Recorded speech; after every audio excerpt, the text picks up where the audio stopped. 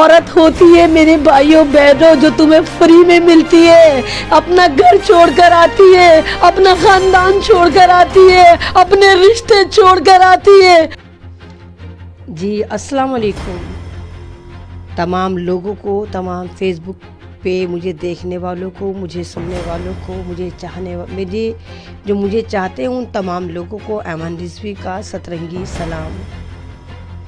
मेरी तबीयत ख़राब है लेकिन रोज़ाना कोई ना कोई ऐसा टॉपिक आ ही जाता है कि जहां अगर मैं ना बोलूं तो बात अधूरी रह जाएगी। ज़माना सुन रहा था बड़े शौक़ से दास्तान मेरी, ज़माना सुन रहा था बड़े शौक़ से दास्तान मेरी, मैं ही सो गई दास्तां कहते कहते।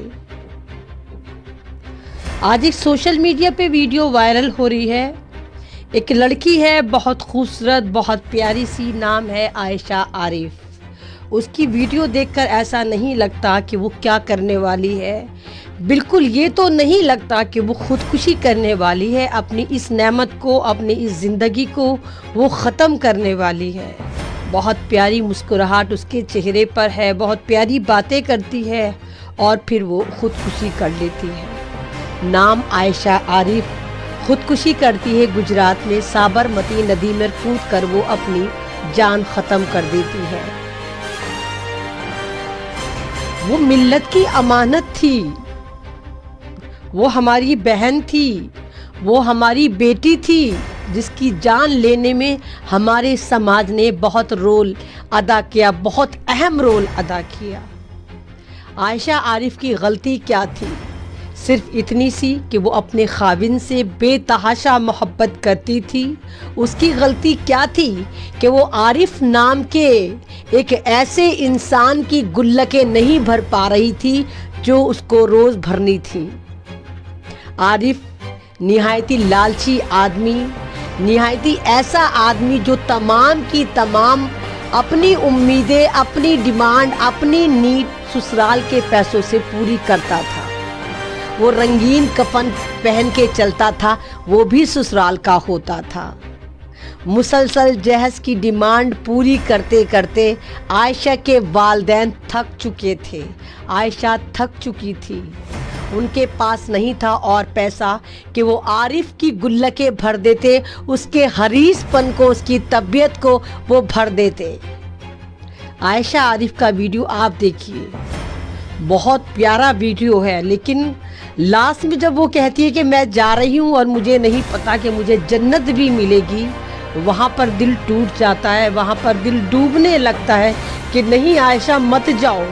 काश आयशा तुम एक बार मुझसे कांटेक्ट करती, सिर्फ एक बार ऐमन रिजवी से मिलने की कोशिश करती, मैं तुम्हें बताती कि ज़िंदगी की तरफ कौन से रास्ते जाते हैं। तुमने एक नाकदरे के लिए अपनी ज़िंदगी कुर्बान कर दी, एक ऐसे शख्स के लिए, एक ऐसे लालची इंसान के लिए तुमने अनमोल ज़िंदगी कुर्बान कर दी। आयशा तुम तो मिल्लत की अमानत थी, तुम्हारा नाम कितना खूबसूरत था आयशा, तुमने उस लालची के लिए ज़िंदगी कुर्बान कर दी। काश एक बार तुम मुझसे मिलती, मैं तुम्हें लेकर आती ज़िंदगी की तरफ, मैं बताती आरिफ को कि होता क्या है इस्लाम, मैं बताती आरिफ को कि जहेज कितनी बड़ी लानत है। ये वही जहेज है जो हमारे कल्चर में नहीं था, हमारे इस्लाम में नहीं था, लेकिन हम लोगों ने सबसे ज़्यादा इसको अपना लिया। और आज हमारे घरों में बेटियां बैठी हैं जिनकी शादियां नहीं होती, क्योंकि जब लड़के नाम की मखलूक की मंडी सजाने लड़के के वालिदैन मार्केट में उतरते हैं तो उनका रेट इतना हाई होता है कि लड़की खूबसूरत हो, लड़की एजुकेटेड हो, लड़की अमीर हो, लड़की का ख़ानदान ऐसा हो जो मुसलसल लगातार हमारी 7 पुश्तों को भरता रहे। क्यों भाई?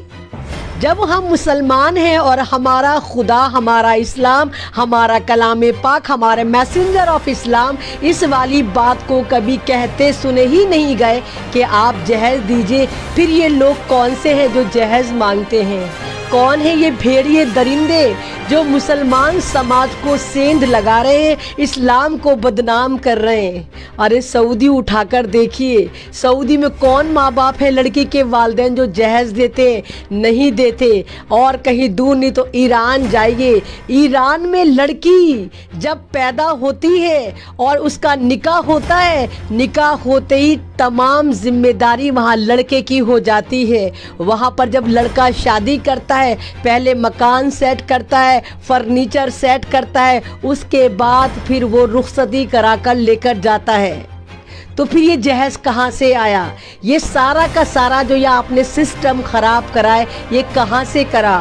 آپ نے ہندوؤں کو اپنا لیا، آپ نے جہیز پرتا اپنا لی، اور آج یہ حال ہے کہ ہر قدم پر مسلمان لڑکی پٹ رہی ہیں، چھت رہی ہیں، جہیز کے لیے مر رہی ہیں، جل رہی ہیں یا جلائی جا رہی ہیں، یا جو بچ رہی ہیں وہ خودکشی کر کے مر رہی ہیں۔ کون سا سماج ہے یہ کون سے مسلمان ہیں آپ؟ شرم تم کو مگر نہیں آتی؟ کس طرح کا ضمیر ہے تمہارا میرے ملت کے نوجوانوں کہ تم اپنی بیوی کے ڈبل بیڈ پر بیٹھ کر اس کو دیکھتے ہو، اس کے ساتھ جینے مرنے کی قسم کھاتے ہو۔ ارے جو نوجوان اپنی کمائی کا بیڈ نہیں خرید سکتا، وہ دعوے داری کرتا ہے بیٹھ کر کہ ہاں میں تمہارے ساتھ زندگی گزاروں گا، تمہارے ہر قدم پر ساتھ رہوں گا۔ ارے جو مرد اتنا بڑا مرد ہو کہ اپنے بیڈ تک کے لیے اس کے پاس پیسے نہ ہو، بیوی کے رحم و کرم پر بیٹھ کے اس مخملی بستر پر آپ قسمیں کھاتے ہیں؟ نہیں ہیں آپ ملت کے علمدار۔ ایسے ہوتے ہیں نوجوان۔ یہ ایک لعنت ہے جہیز جو آپ کو کھا رہی ہے۔ اور ماں باپ کو دیکھیے کہ منڈی سجانے جاتے ہیں کہ لڑکی پڑھی لکھی بھی چاہیے، خوبصورت بھی چاہیے، امیر بھی چاہیے، اونچے خاندان کی بھی چاہیے۔ 4 کوالٹی ایک لڑکی میں ڈھونڈ کے لاتے ہیں، جاب کرواتے ہیں، اس کے باوجود وہ گھر کی ذمہ داریاں بھی پوری کرتی ہے، ٹرکوں میں جہیز بھی بھر کے لاتی ہے، ساری زندگی تانے تشنے سنتی ہے۔ نہیں کہتا میرا اسلام اس بات کو کہ آپ بیوی کی کمائی پر پلیں، نہیں کہتا میرا اسلام کہ آپ بیوی کی کمائی پر اپنی زندگی گزاریں، اپنی بہنوں کی زندگی گزروائیں۔ شادیاں نندوں کی ہوتی ہیں، ٹیٹوا بیوی کا دبایا جاتا ہے، جا لے کر آ تیری نند کی شادی ہے۔ اور بہت جگہ تو ایسا ہوتا ہے جناب کہ اس لڑکی کا جہیز اٹھا کر اس کی نندوں کو دے دیا جاتا ہے۔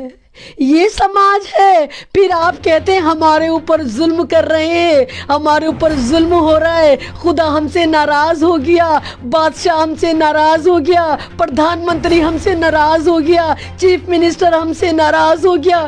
کوئی ناراض نہیں ہوا ہم سے، ہمارا خدا ناراض ہو گیا، کیونکہ ہم نے اپنے خدا کو بھول دیا، ہم نے اپنے خدا کی تعلیمات کو چھوڑ دیا، ہم نے کلام پاک کی تعلیمات کو نظر انداز کر دیا، ہم نے اسلام کے اس پہلو کو نظر انداز کر دیا جو ہمیں انسان بناتا ہے، مومن کامل بناتا ہے۔ نہیں کہتا میرا کلام پاک کیا کہتا ہے۔